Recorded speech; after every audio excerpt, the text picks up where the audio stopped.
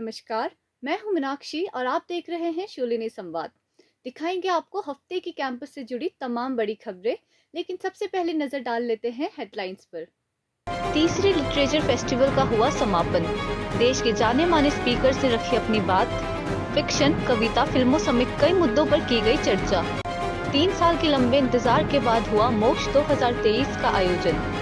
कुलदीप शर्मा और the landers की जबरदस्त परफॉर्मेंसेस ने जीता दर्शकों का दिल। कैंपस में आयोजित हुई तमाम प्रतियोगिताओं में स्टूडेंट्स ने लिया बढ़ चढ़कर हिस्सा। प्रिज्म क्लब की तरफ से कार्यक्रम का आयोजन। LGBTQIAP+ यूथ को प्रेरित करना था मकसद। हिमाचल क्वीर फाउंडेशन के सहयोग से हुआ कार्यक्रम का आयोजन। आई हब शूलिनी की तरफ से हैकाथॉन का आयोजन। AI के अनुप्रयोग के बारे में हुई चर्चा। प्रतिभागियों ने भी रखे अपने विचार।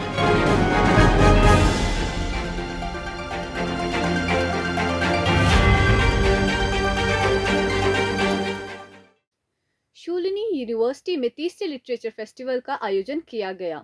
लिट फेस्ट में देश भर के जाने माने लेखकों और संगीतकारों ने हिस्सा लिया। और क्या कुछ रहा खास लिट फेस्ट में, ऋतिक बताएंगे आपको। जी ऋतिक। शूलिनी लिटफेस्ट के तीसरे संस्करण का कवियों, लेखकों, संगीतकारों और कला और संस्कृति की दुनिया की प्रमुख हस्तियों की तरफ से अलग अलग किताबों और मुद्दों पर चर्चा के बाद समापन हो गया। लिटफेस्ट की शुरुआत रस्किन बॉन्ड की तरफ से संचालित और प्रोफेसर तेजनाथ धर की तरफ से प्रस्तुत सत्र द वर्ल्ड नीड स्टोरीज के साथ हुई, जिसमें बॉन्ड ने युवा लेखकों को सलाह दी कि वे प्रकाशकों की तरफ से अस्वीकार किए जाने से निराश ना हो, बल्कि सफल होने के लिए कड़ी मेहनत करते रहे। उन्होंने बेहतर लिखने के लिए पढ़ने की भी सलाह दी।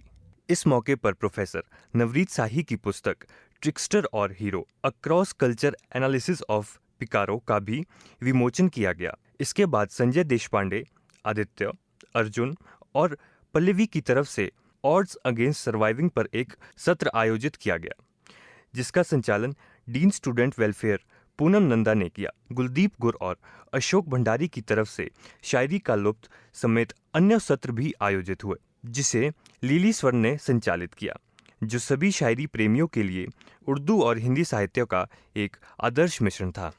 प्रसिद्ध वक्ता और लेखक जनरल राज मेहता ने बलराम गुप्ता के साथ एक सत्र में रोजमर्रा की जिंदगी में कानून और साहित्य के महत्व पर बातचीत की। एक और सत्र विकास चावला और पुनितिंदर कौर संधू की तरफ से फूड फॉर सोल था, जिसका संचालन हॉस्पिटैलिटी और होटल मैनेजमेंट के डीन प्रदीप मजूमदार ने किया। लिटफेस्ट में मंजू जैतका की तरफ से संचालित जाने माने निर्देशक महेश दत्तानी का the world is a stage नामक एक सत्र भी आयोजित हुआ। दत्तानी ने कहानियों के रूप और किस तरह से कहानी को दर्शाया जाता है, इस बारे में बात की। Of cosmic sign and doctrine शीर्षक वाले सत्र में से एक में जानी मानी लेखिका मंजीरिका प्रभु शामिल थी। वहीं एक अन्य सत्र जिसका शीर्षक the real and the mythical था, इसका नेतृत्व लेखक नीलेश कुलकर्णी ने किया। In the name of honour के लेखक जुपिंदरजीत सिंह ने भगत सिंह की खोज पर एक सत्र का नेतृत्व किया और 22 साल में एक मामले के बाद अपने अनुभव को साझा किया, जिसमें उन्होंने जस्सी के लिए न्याय मांगा। एक सत्र पंजाबी तड़का, जो कि 2 प्रसिद्ध पंजाबी संगीतकारों सुखविंदर अमृत और जगदीप के नेतृत्व में आयोजित किया गया। अन्य सत्र में पवन झा के साथ सॉन्ग्स ऑफ प्रोटेस्ट और राजशेखर और पवन झा के नेतृत्व में लिटविट्स क्लब के सदस्यों के साथ बातचीत भी हुई। लिटफेस्ट के पहले दिन का समापन चित्रा दिवाकरुणी के सत्र के साथ हुआ, जहां उन्होंने नारीवादी दृष्टिकोण के साथ अपने लेखन के बारे में बात की। दिन का एक और रोमांचक सत्र द लव ऑफ रीडिंग था, जिसका संचालन वाइस चांसलर अतुल खोसला ने किया, जहां कर्नल विवेक प्रकाश सिंह और द बुक बेकर के सुहेल माथुर ने किताब पढ़ने और अभ्यास को और भी ज्यादा बढ़ावा देने के महत्व पर प्रकाश डाला। सत्र दिक्कत क्या है अवनी खोसला की तरफ से संचालित और शूलिनी यूनिवर्सिटी के 2 साहित्यिक उत्साही छात्र के नेतृत्व में अतिथि अंकित जम्भ के साथ हुआ। सत्र वंडर वेमेन में sacred game fame Rajshri Deshpande और अतिका चौहान शामिल थे, जिसका संचालन नम्रता जोशी ने किया। सत्र टूवर्ड्स अ बेटर यू में विवेक अत्रे और DS चीमा थे, जिसका संचालन CJ सिंह ने किया। अत्रे ने कहा कि जीवन अंकों के बारे में नहीं है, बल्कि जीवन में अपनी पहचान बनाने के बारे में है। उन्होंने अपनी ताकत पर काम करने और उन्हें जानने पर जोर दिया। करण ओबरॉय के साथ माई क्रिएटिव वर्ल्ड सत्र का संचालन नवरीत शाही ने किया, जहां उन्होंने अपने हिट गाने गोरी के साथ सत्र की शुरुआत की और अपनी नई किताब बैटलफील्ड ब्रदर्स के बारे में बताया। दूसरे दिन एक सत्र का संचालन प्रोफेसर आशु खोसला ने किया, जिसमें गीतकार राजशेखर थे, जिन्होंने अपनी रचनाओं को साझा किया और दर्शकों को अपनी धुन पर नचाया।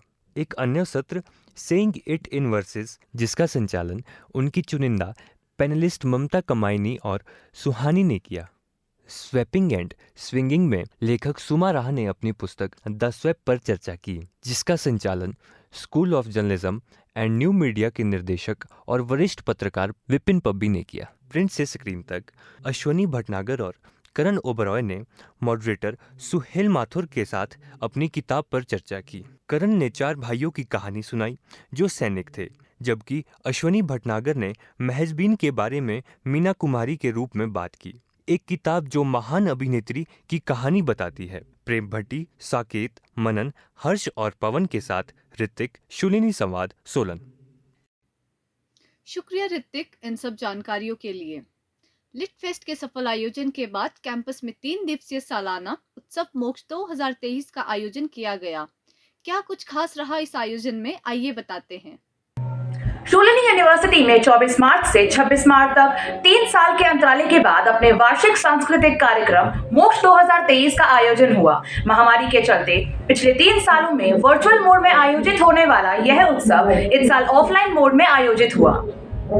उत्सव सुबह 10 बजे शुरू हुआ और हर दिन शाम 5 बजे तक मौज मस्ती के साथ चलता रहा।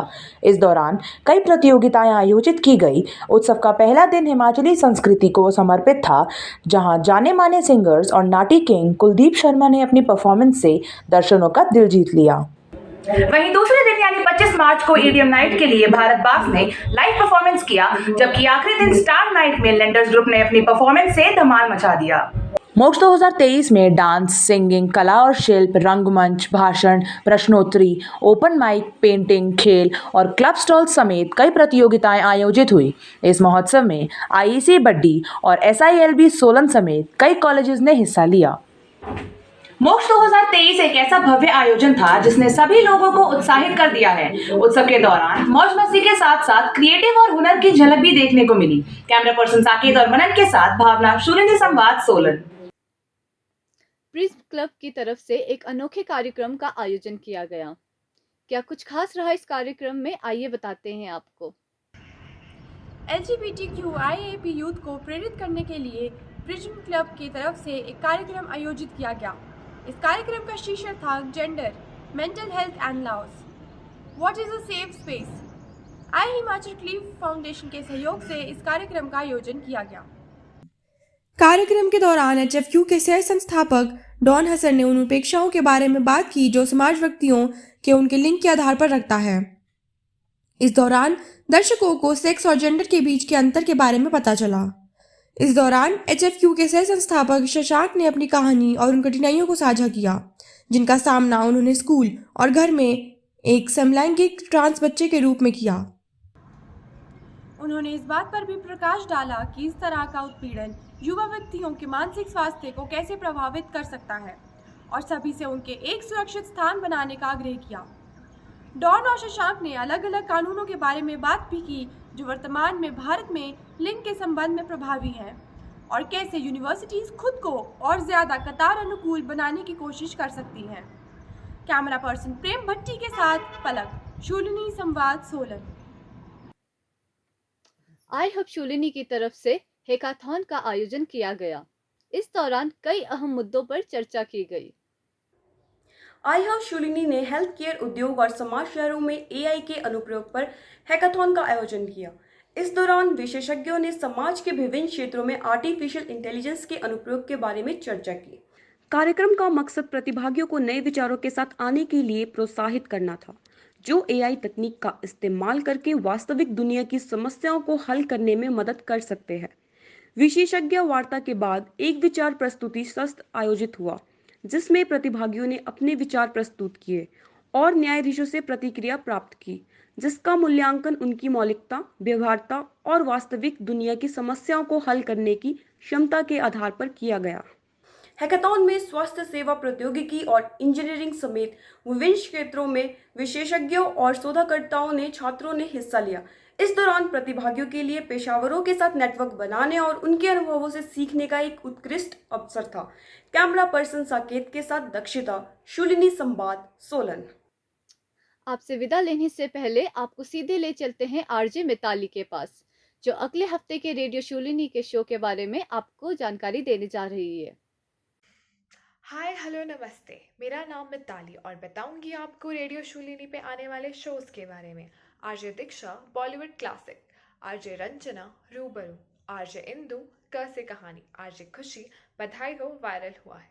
तो सुनना मत भूलिएगा इन शोज को रेडियो शूलिनी पे, शूलिनी आवाज वादियों की। अभी के लिए बस इतना ही। अगले हफ्ते फिर होगी आपसे मुलाकात। तब तक के लिए दीजिए इजाजत। नमस्कार।